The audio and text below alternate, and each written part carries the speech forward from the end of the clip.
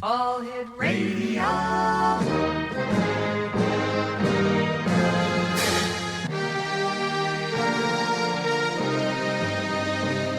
Welcome to the X Zone, a place where fact is fiction and fiction is reality.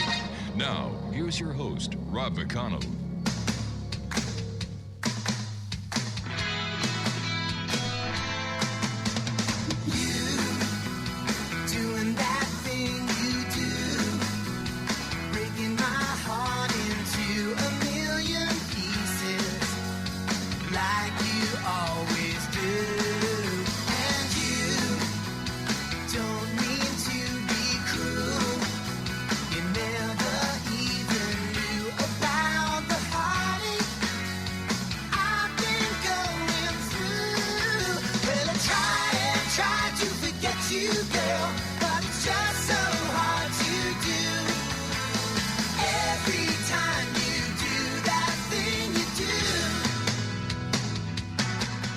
Hey, good evening and welcome back to the X Zone. I am Rob McConnell, and for the next 2 hours, I'm your host and your guide as together we cross the time-space continuum to this place that I call the X Zone. It's a place where people dare to believe and dare to be heard. It's a place where fact is fiction and fiction is reality. And the X Zone comes to you Monday through Friday from 10 p.m. Eastern until midnight, right here from our broadcast center and studios in St. Catharines, Ontario, Canada, on the Talkstar Radio Network, X Zone Broadcast Network, Mutual Broadcast Network, from our flagship station, your hometown radio, Classic 1220, and streaming around the world on classic1220.ca. If you'd like to send me an email, it's very plain, it's very simple. It's the same email address as it has been for the last 30 plus years now. Xzone at xzoneradiotv.com. My first guest tonight, Xzone Nation, is Sande Hart. We've had the pleasure of having Sande on the show before, and she is such a great lady. She is a mother, grandmother, and wife, and is an award-winning leader in the fields of women's empowerment and interfaith community building. Sande founded the women's grassroots international organization, the Global Women's Village, formerly known as S.A.R.A.H, and that's S.A.R.A.H, the Spiritual and Religious Alliance for Hope. Sande recently was awarded with the Nautilus Book Award for the Liminal Odyssey, the Alchemical Power of Spaces in Between. Sande is actively engaged in leadership in the peace, compassion, community building, and women's empowerment sectors. Her recent work in the service to the role of women in this evolutionary impulse we are in during these transitional times. Joining me now is Sande Hart. Sande, welcome back to the X Zone. Always great having you with us. Oh, it's great to be with you, Rob. Thanks for having me. You're one very busy lady. Where do you find time for Sande Hart? I'm threaded throughout the whole thing. It's soaked into me, so I'm there 100%. Unquestionably, Sande, these are very strange times. And how do you see yourself going forward in these strange and tumultuous times, to say the least? Yeah, they're tumultuous, aren't they? I think they're wonderful, is how I would say it. It's an amazing time to be alive. And what am I doing in these times? I am dead set on being its best midwife right now, because we don't know where we're going, but we know we're on our way. Something's going to give, because it has throughout our whole human story. So why should we be any different? We're not done evolving, and I can see evidence of that all around us. Sande, let's talk about the evolutionary impulse mentioned in your bio. Can you tell us more about it, and what is your evidence of these transitional times? Oh, yeah. So first, let's look at the significant evolutionary shifts. We kind of see the pattern. In our, like I said, in our human story, it's all been every evolutionary growth shift has been an outgrowth of a need to change. We're changing our language, we change our culture, and what we accept as normalized. And it's always catalyzed by a new invention of some sort, or inventions, beginning with the Paleolithic age, where, going back in early Mesopotamia, where egalitarian societies existed, where women and men where on equal footing, where women were revered for our life-giving and sustaining bodies. And it's just a fact. Speaking of fact and how fact can turn to fiction, is and vice versa. We have that option. Is that we share a heartbeat with our planet. Our blood flows in the same cycles as our cosmos and as our moon, and also during those times where not only were we revered and honored, there were goddess statues unearthed everywhere throughout that area of early Turkey or in that region. And also, Rob, at that time was no evidence of warfare. So we have evidence that such a culture existed and is possible. Then comes the Neolithic age, and that gave way to the patriarchy and the system of domination, which was sort of underway by this time, but converging with the invention of the alphabet. And here comes monotheism, because now where we once honored goddesses and deities in the form of animals and of nature that we could hold in our hand and bow to and honor and see a relationship with, now we're looking to the sky god, who has the last word, who is the ultimate authority, and his words can be written down by man. And of course, away go goddesses and the whole goddess culture. Well, it just went underground. And then comes the rise of Christianity. By the way, can I just say to your listeners, I'm an interfaith activist, and I have absolute love and respect for all religions, including Christianity. So this isn't Sandy bashing Christianity. It's just historical facts. That's well said, dear, and it's fully understood. Thanks. But with that rise of Christianity, they really cornered the market on patriarchy. And let's just jump now to the 17th century, because I don't want to take you through the whole human history. But around the 17th century, here comes the Age of Enlightenment, the Age of Reason, where scientific revolution based on new methods of discovering truth through reason and empirical evidence happened, not faith and religion, even though that certainly is still existing today. And unfortunately, patriarchy was already too dug in for those in power not to give that up.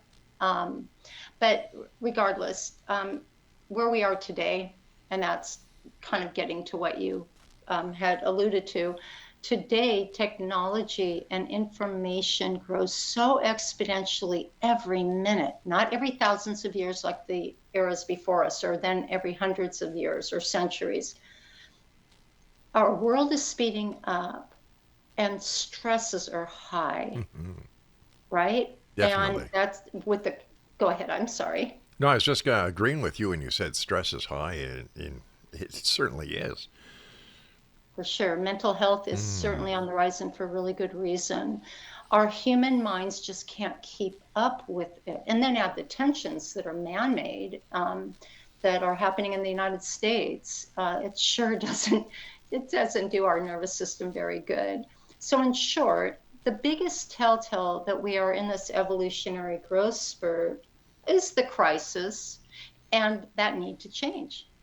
And something's got to give. And like I said, mental health is taking a hit.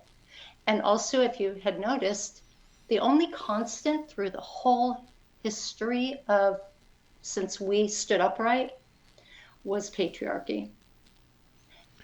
Talk about fact is fiction and fiction is reality, and how pervasive it is. So my motto these days is come to mother, because something's going to change. I agree with you 100%. And yet, when you look back in history, you've got, let me see, Cleopatra, you've got Queen Victoria, you've got Queen Elizabeth, you have Mary, Queen of Scots, you've got Margaret Thatcher, and of course, Mother Nature, Joan of Arc. And it seems that whenever a woman was in power, it was a better world. It was. And yet, some of those women had to take on those toxic masculine traits. Not gender, not traits of men, but the toxic masculine, which is still around in women as well. So, but yeah, Yeah. And the world is always better when a woman's in charge of the house. In your opinion, Sandy, I've got about 2.5 minutes here. Uh, why has the role of women been suppressed in religions such as Christianity? Well, my humble opinion is fear of our power. And then we believed it. So why are women suppressed? For that, it's power. Well, It's always power. you know, over the last 34 years doing this show, I've always said that women are the should be are the alpha because they do give life. They nurture, they care, they teach love, they teach compassion. And I'm the greatest proponent for saying and standing on the top of the highest mountain that women have been suppressed by men throughout history. And I hope that that turns around in the very near future because, in my opinion, that'll save our butts.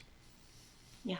And I would say rather than the alpha position, because that takes us back to a system of domination, let's look at partnerism. Yeah. Let's change the story altogether because we don't want to go back. I don't know if partnerism would work at this point. Yeah, I think it's just a matter of us making up our mind and making fact our fiction reality. It just takes, I think it's going to have to start with women, though. We're going to have to know our power. We're going to have to accept it and live into it. I think men need to understand and men need to accept it. And men need to take a very close look at the role of women throughout history and see where men were responsible for the suppression of women. Yeah. And then there's the wounded male. And men have suffered at the hand of patriotism as well. So, a patriarchy. So, yeah, it's a good conversation, isn't it? And I really think, yeah, mother's in charge. Dalai Lama said, if the world is going to be healed by Western women, we better get our act together. Plus, it's not Father Nature, it's Mother Nature, isn't it? Thank you. We do regenerate and give life. Sandy, stand by. You and I have to take our first break. Exonation, our guest this hour is Sande Hart. Her website is sandehart.com. That's SANDEHART.com. This is the X Zone. I am Rob McConnell. This is a place where people dare to believe and dare to be heard. It's a place where fact is fiction and fiction is reality. We're coming to you from our broadcast center and studios in St. Catharines, Ontario, Canada, on the X Zone Broadcast Network, Talkstar Radio Network, Mutual Broadcast Network, and of course from our anchor station here in St. Catharines, your hometown radio, Classic 1220, streaming around the world on classic1220.ca. And Sandy and I will be back on the other side of this break. Don't go away.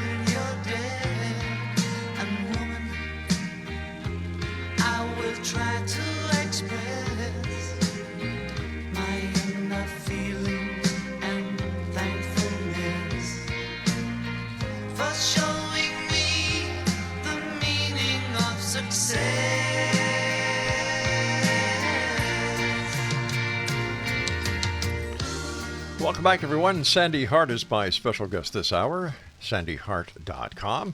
And Sandy served on the Women's Task Force for the Parliament of the World's Religious and developing and producing the first ever Women's Village at the 2023 International Conference. Sandy founded and served as director for the international organization, the Charter for Compassion, Women's and Girls Sector. And this lady has a mission, and we're very happy to have Sandy here tonight. sharing with us her views, and as you can tell by the way this conversation is going, my views as well. And Sandy, welcome back. Always great having you here. Oh, thank you. And I love your views. Thank you. Sandy, with your work as a certified compassion and integrity trainer, are you seeing a need for more compassion, not only in the ladies of this world, but the men of this world? Oh, yeah, for everything and everyone, even the sentient beings. Compassion is such an underrated power. Most people don't actually really understand its definition, and its definition is the willingness to identify the suffering of another and a willingness, a desire, an impulse to do something about that suffering. It doesn't always mean outstretching a hand. It could mean praying for somebody. It could mean completely diving in completely to help somebody. Compassion comes in all shapes and forms, but it's really important to understand it's really a verb. And, Darwin even said when he was talking about survival of the fittest, he didn't mean fit, like who had the gnarliest teeth, or who was the strongest and can crush everyone that got in its way. For that sort of survival, he was talking about the one who was most adaptable and compatible and compassionate. He actually used compassion more than anything else in any of his writings.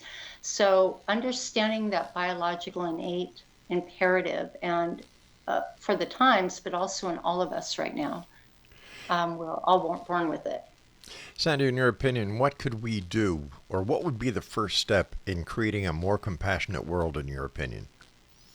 I think awareness is really, really important. Having the intention to become aware, questioning everything, listening carefully. It takes intentional work. It takes being willing to just slow down to the speed of what you're looking at. We're so hurried right now. We have to slow ourselves down. We have to slow our minds down and just take a breath. And think, okay, why am I walking this direction? Why am I doing that? Why am I sending this email? Why am I responding in this way? Anything you're doing that you can ask yourself why, because that's how you start building capacity for being aware. And, you mentioned compassion and integrity training. Compassion and integrity training addresses all of these things. It's ultimately building capacity for that compassion for self, for others, and in complex systems. So it's really more of a full picture of it. And so I want to say that caring for yourself, having compassion for yourself is really where it must begin. And then practicing for others, and then seeing your role in the bigger system, the products you buy, the work you do, the choices you make. All three of those kind of cornerstones of compassion, self, others, and the world around us, are mutually supportive and mutually dependent. And right now, I gotta tell you, why is it so important in these evolutionary times? It's gonna get gnarly, especially come November. It's gonna get gnarly, no matter how it turns out. It's funny, I was just going to ask you about how do you see Vice President Kamala Harris, if she is elected in November. Do you see her working towards your beliefs where there should be more compassion, since she is a woman? And do you see the woman's role under an administration of Harris as president being an asset to the cause? Absolutely, I do. I really, really do. Whether or not I, have been working in the field of women's empowerment and want to see women in leadership as much as possible, I think she just seeps it. I think she's very well qualified. I think she's earned it. I also think we'll get to a day where the fact that she's a woman won't even come into the conversation. But I get why it is, and it's absolutely necessary, and we should sprinkle her with rose petals when she wins. Sure. But right, when we get to that place, it'll just be commonplace. It'll be the narrative. It'll be, just what we accept as reality. But then again, when you have events like the first female director of the Secret Service, actually being brought up and having to resign because of what happened in the near assassination attempt of former President Donald Trump. Doesn't Right. that set the work back a couple of steps? Oh no, because it's happening everywhere around us. I don't think so. I think that, I don't think so at all. Okay. I think that, Kamala Harris and the former director of Secret Service are humans, and they make mistakes just like our counterparts Right. make mistakes, Yeah, right? I And yeah, I don't agree with all of the policies. I agree 100% with values and for what I see and the dignity that's restored mhm. to the office. I think that that goes a long way in our democracy. I understand that, and I agree with that 100%, except that that's not the way the majority of men in power would look at the events that were under the watch of the former director of Secret Service as being the first woman director. Yeah, yeah. I can't speak to that because I just really don't know, and I never really Hmm. followed her closely. I think that I can keep my eye on the prize of the divine feminine waking up in men and women everywhere. Just because we're gendered women, it doesn't necessarily mean we exemplify the values of the divine feminine. I mean, yeah. It just because Hmm. we're a gendered woman doesn't mean that we embody divine feminine skills. And I don't think that the public image is of women in leadership makes Hmm. any difference at all. I'm one that believes one sex is dependent on the existence of the other sex for us to proceed with humanity and in the world, because we are a binary existence. We have up, down, left, right, in, out, good, bad, and of course male, female. And without one of the two, I'm sorry, we go nowhere. As far as I'm concerned, the world as we know it ceases to exist. So Well, that's what? a biological fact. Yeah, right. But why? All right. So why has there always been, in your opinion, Sandy, this difference where women were not recognized as the important role that they do play? If in fact men in this era understand the importance of women, why wasn't that expected and respected going back in time? I really do believe that patriarchy is so embedded in us. And right now, my work and my Mm. research has been, I'm writing a new book actually about this. And I've been doing deep, deep research for about a year now on that very question. What's taking us so long? And Yeah. why haven't we figured it out yet?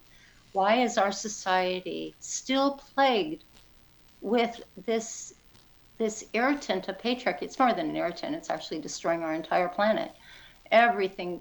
You can follow every crisis on the planet, from wage gap, environmental degradation, of course, our what's happening globally on the Yes. political scene and national security and all the conflicts and wars around the world. Everything you can follow down to the root ball of patriarchy. So what's the problem?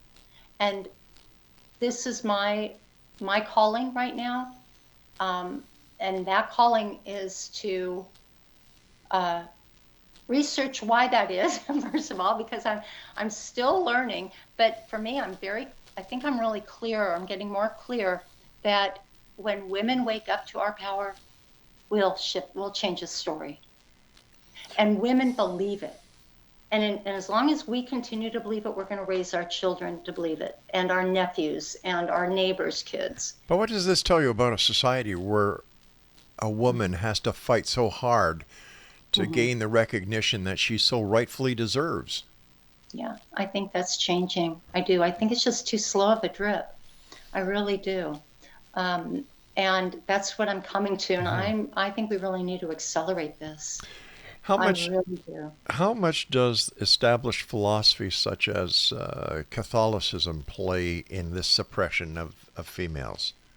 Oh, yeah. All of monotheism suppresses um, the female. Yeah. Even Catholicism with Mother Mary. But Mother Mary, not Mary Magdalene, Yes. So, um, but yeah, so yeah, any religion. I'm not going to point out any one of them. It all started with Judaism, the first real formal, not the first monotheistic religion, but the mother lode, right? And I'm Jewish, so I'm real comfortable saying that. And there were Hebrew priestesses Yes. that went down with monotheism. They were the healers. They were the protectors. There's a really great documentary that'll explain how pervasive this is. It's called The Burning Times.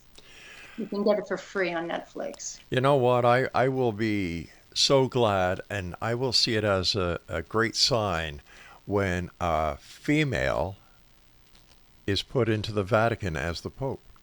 Won't that shock a lot of people and shake a lot of worlds? Exactly.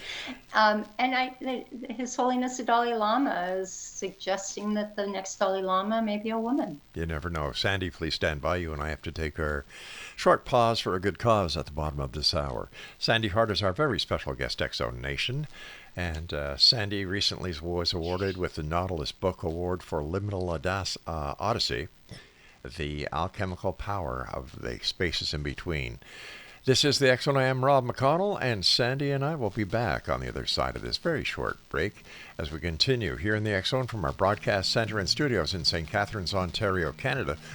Coming to you tonight from our flagship station in Ontario. Of course, you're listening to us right here on your hometown radio, Classic 1220, streamed around the world on classic1220.ca.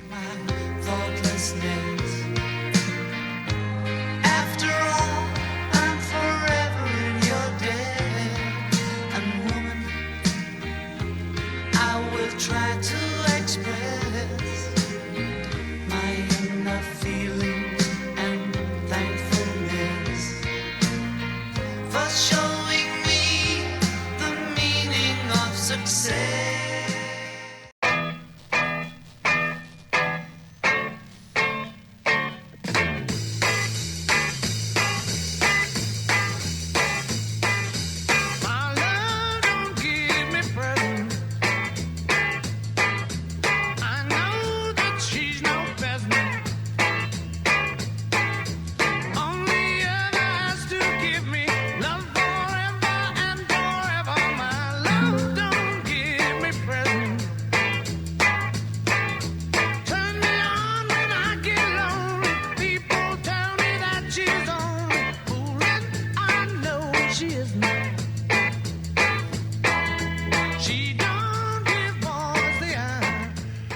And welcome back, everyone. Sande Hart is our special guest. Her website is sandehart.com.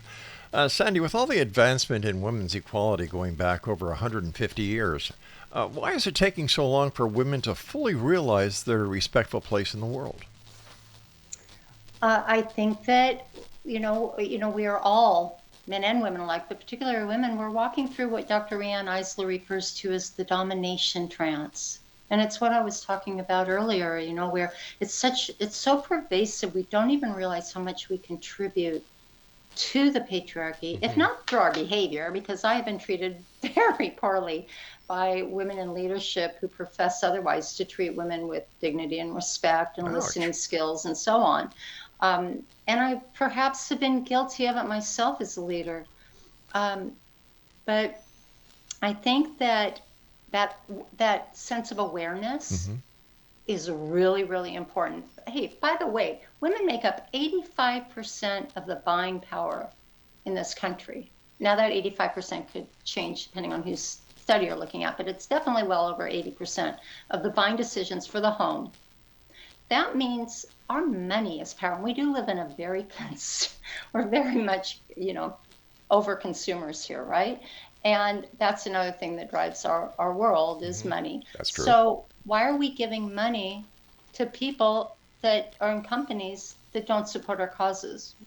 That means we are responsible also for the degradation of our planet because of the plastics we buy. We're responsible for the opponent that we don't want to win in office by buying the products of that candidate's major Platform, supporters. Excellent points. Excellent points. And have you come to any conclusion or hypothesis on why? Awareness.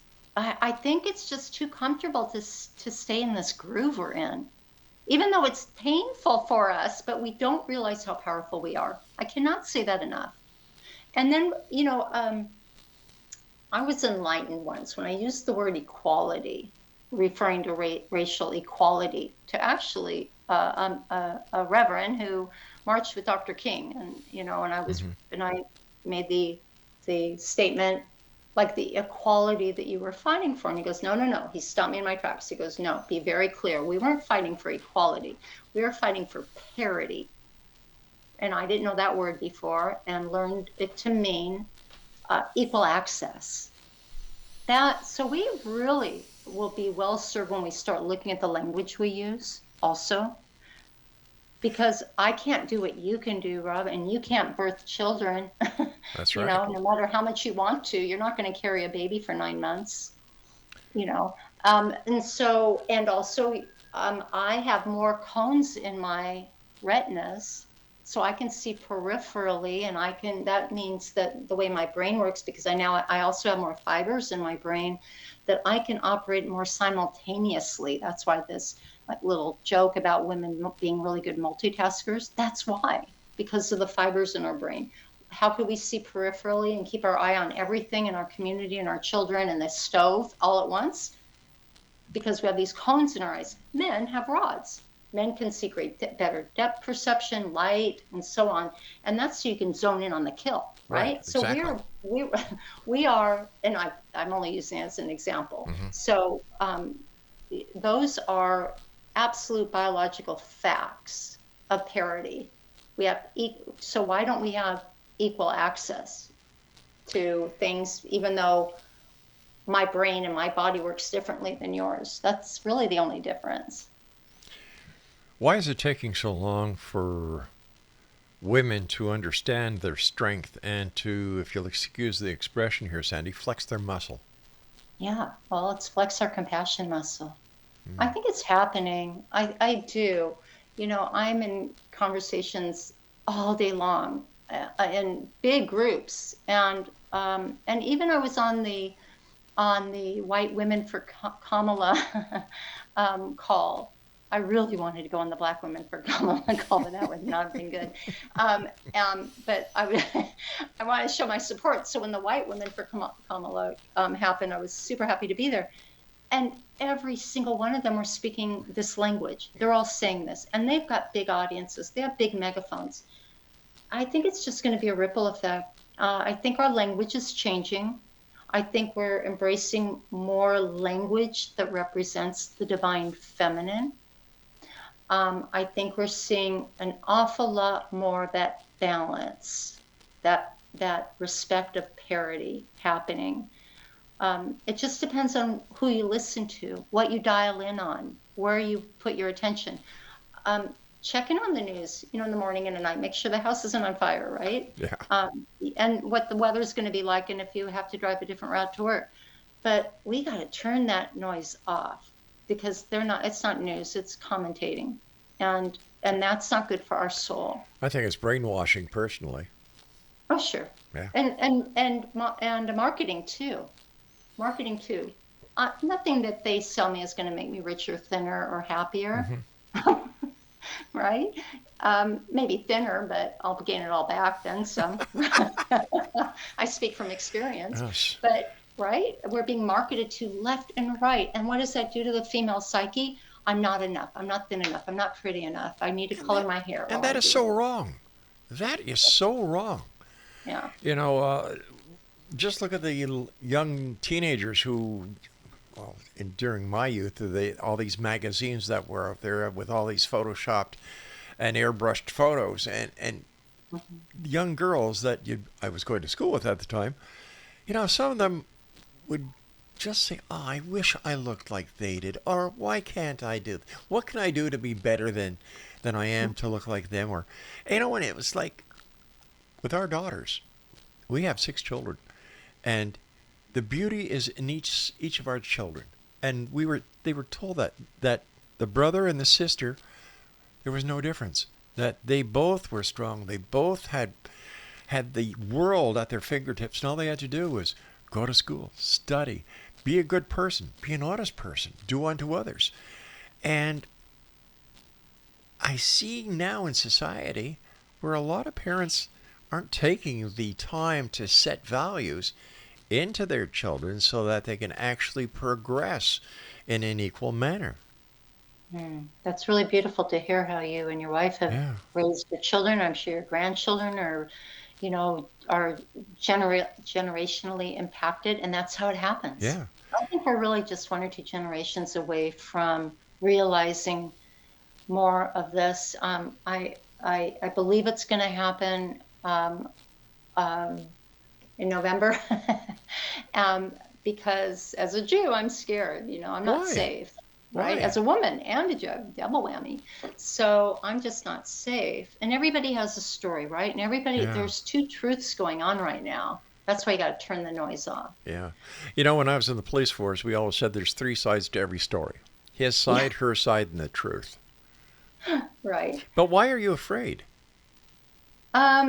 Because it was only one generation ago that, for the fact of my grandparents and their siblings and their parents, were sent to the death to the gas chambers in Eastern Europe. Auschwitz. That was only a generation ago. That cellular memory is still alive in me. When the last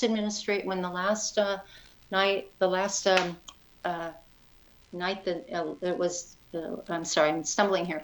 When Trump was elected, I remember sitting up in bed holding my womb. Oh, no. I couldn't lay down, and it wasn't my brain like, oh, my gal didn't win. We've lost elections before, but this was something different. This was big, and you know what? It's good news. It's good news because we can see right now I love this expression. We can see the thrashing tail of the dying dinosaur known as patriarchy, thrashing about out of resistance to change. Anytime something wants to change, anytime a civilization goes through change, there's some big destruction because we're so used to having things a different way. Our reality is now turning into fiction, literally. It's like, wait, what do you mean that's not the way my world is? What do you mean that this is acceptable behavior and we can talk and treat people like this? And so that's the good news. We can see, when you put a seed underground in the darkness, it has to disintegrate. It has to completely fall apart before some new growth is going to come out of it. And we can see that seed. I'm going to say it's patriarchy. And we can see that new growth. That's why it's such an awesome time to be alive. We are here. We chose to be here. I really believe it. We chose to be here at this time on this planet to whisper prayers in that in that new growth, saying, grow, grow, grow in love and grace and compassion and parity for all. And patriarchy meet partnerism. So this is the darkest before the dawn. Oh, yeah. And this has been prophesized, too. And by the way, also prophesized by the indigenous peoples of this land. I don't know about the other countries around the world, but it wouldn't surprise me that not only have we already entered the shift of the ages, the world that we knew before is turning into, the cycle is turning into itself, something new. The staff has been passed to the feminine. That was a profound thing to hear from more than one Indigenous elder. And I'm close to a number of Indigenous elders, and they told that to me directly and confirmed it. And that feminine is alive in men and women. We have men and women. I have a divine masculine and a divine feminine. You have a divine masculine and a divine feminine, and their characteristics and their traits, and they're inherent in all of us. Sandy, we've got to take our break, but I must tell you before that we go that it bothers me to know that you feel this way about because you're Jewish and what has gone in the past and how it might affect you today. And it bothers me, and I don't think anyone should ever have to feel like that. And my heart goes out to you. Oh, Well, thank you. I appreciate that. And I'm not alone. And it's not Yeah. just the Jewish people, I think, that feel this way. But you see, I know you, and I was talking to you, so my thoughts Okay. and my feelings go to everyone else who feels like that. I accept it. Thank you. All right, stand by, Sandy. We'll be right back. SandeHart.com is the website, and this is the X Zone. I'm Rob McConnell. We'll be back on the other side of the short break as we wrap up this hour tonight from our broadcast center and studios in St. Catharines, Ontario, Canada. And you're listening to us on your hometown radio, Classic 1220, streaming classic1220.ca. Turn me on when I get lonely. People tell me that she's only fooling. I know she is not. She don't give boys the eye.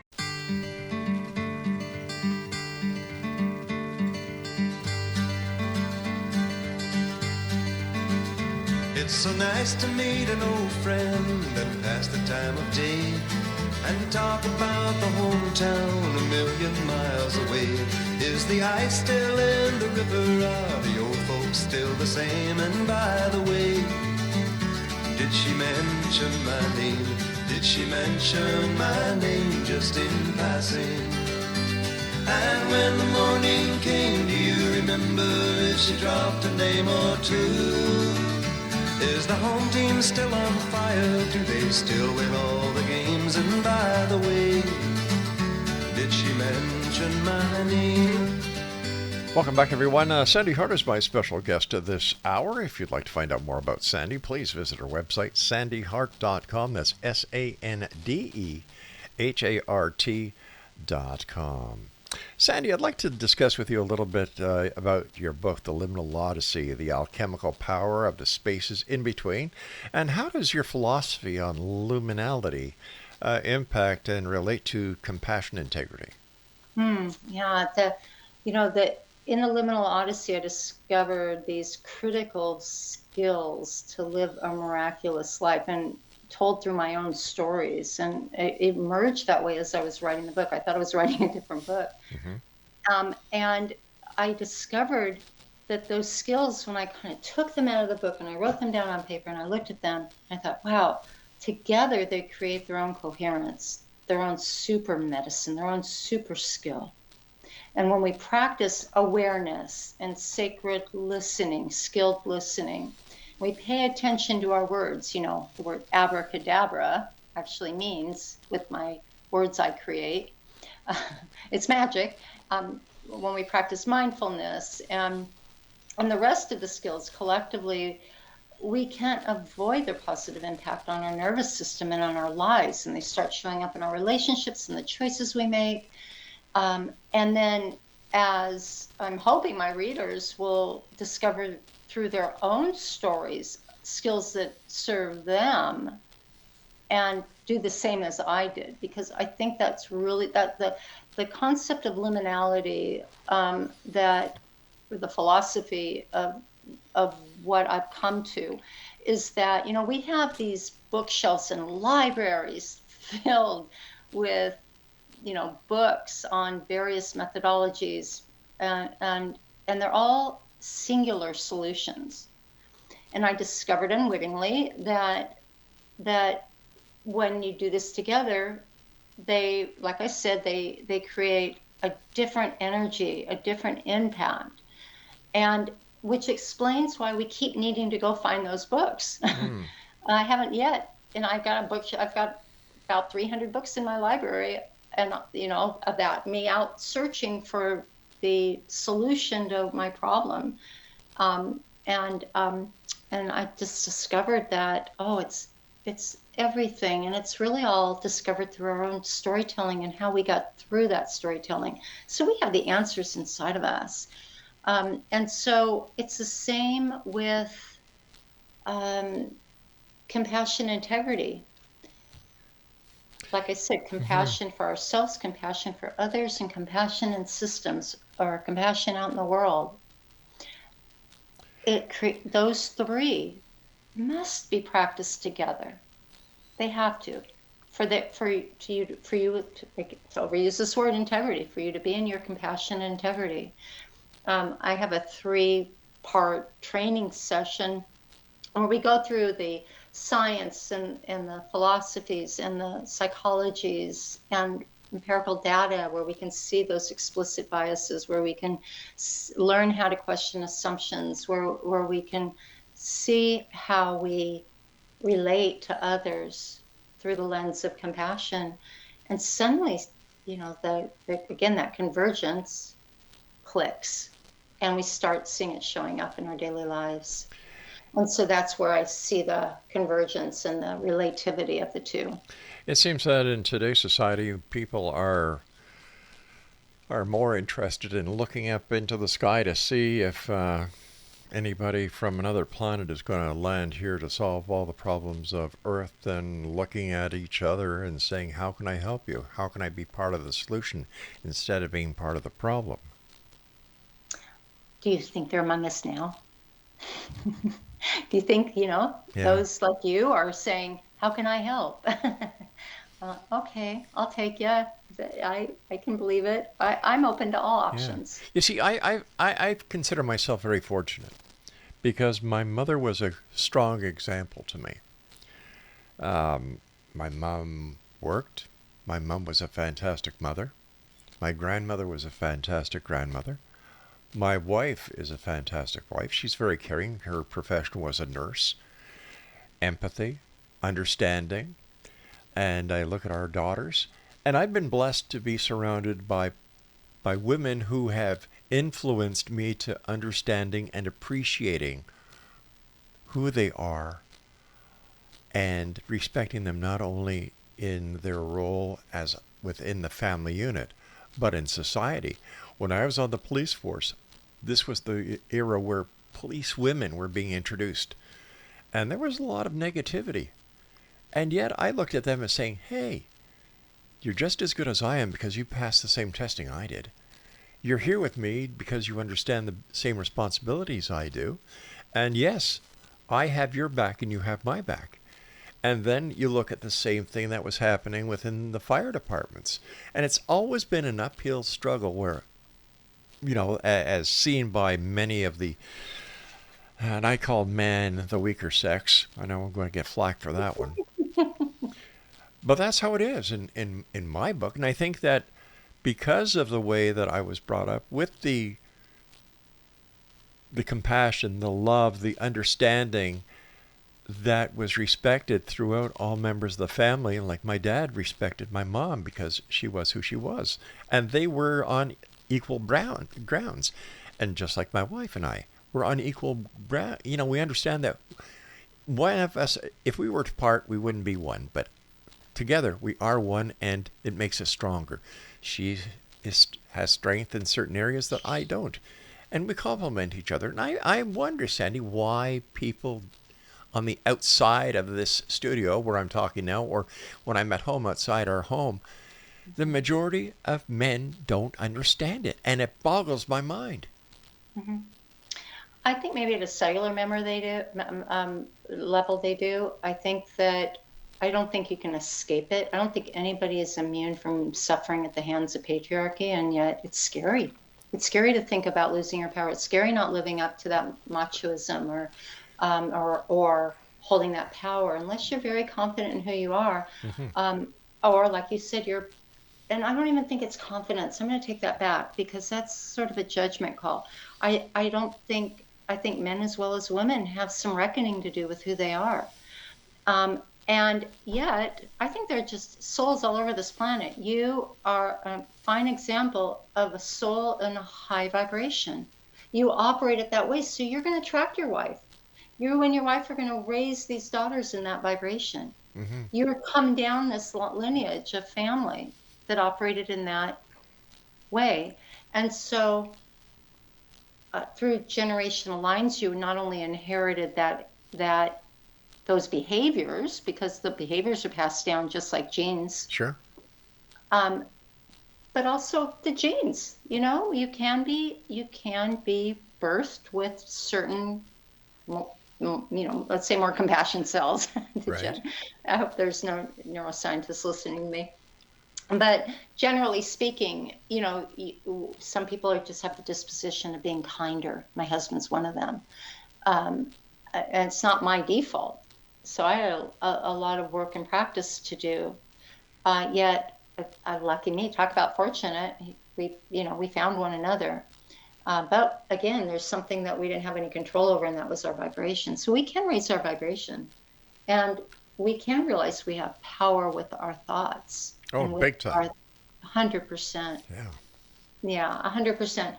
There's a Course in Miracles, which I am not very proficient in, but its first lesson, its first exercise in this philosophy is to look at the first thing your eyes land on, like the chair in the room or the table in the room, and go, that's not really there.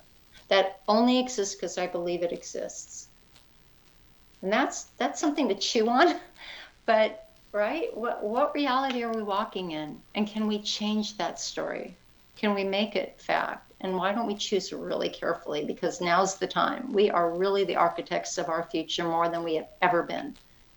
So I don't know where we're going. I don't know. I know we're on our way, and I don't want to poison the water hole when I get there. So I'm just going to be as squeaky clean with my integrity and do this work. And gosh, we yank up women to the front of the line and give them their staff, or remind them of their staff. I don't need to give them anything. That's why in my bio I changed the language from empowerment to empowerment.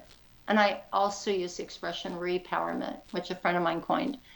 Empower. In other words, it's in you. Yeah, that's right. Power to the people. Yeah, literally, yeah. See? Sande, first of all, I want to thank you again for joining us. Time has gone by so fast. I wanted to talk to you about Sacred Gardener. I wanted to talk to you about S.A.R.A.H. So I would love to have you back on the show in the near future so we can further this discussion and maybe see if together we can make a greater difference in this world of ours. The coherence is already happening. Sande, tell our listeners where they can find more about you and how they can get a copy of your book. LiminalOdyssey.com or SandeHart.com. Everything you can find through Sande Hart, SandeHart.com. And my course is coming up. I have a course coming up in September. Is it online as well? Yeah, it's at SandeHart.com. Mm-hmm. There you go, ExoNation. For all your answers about our guest this hour, Sande Hart, please visit her website, SandeHart.com. And Sande, thank you for all you do. Thank you, and I'm sending you and your wife a great big hug of gratitude. Thank you so much, Sande. Good night now. Good night. ExoNation, my guest this hour was Sande Hart. And once again, if you'd like to find out more about Sande, please visit her website at SandeHart.com. That's SandeHart.com. And Sande's book that recently won the Nautilus Award for her book was entitled The Liminal Odyssey, The Alchemical Power of Spaces in Between. That's it for this hour. I'll be back on the other side as we continue hour number 2 here in the X Zone with yours truly, Rob McConnell, from our broadcast center and studios in St. Catharines, Ontario, Canada. And if you'd like to send me an email, xzone@xzoneradiotv.com, or if you'd like to send an email to me at your hometown radio, Classic 1220, it's xzone@classic1220.ca. Whatever you do, don't go away. We'll be back on the other side of this very short break.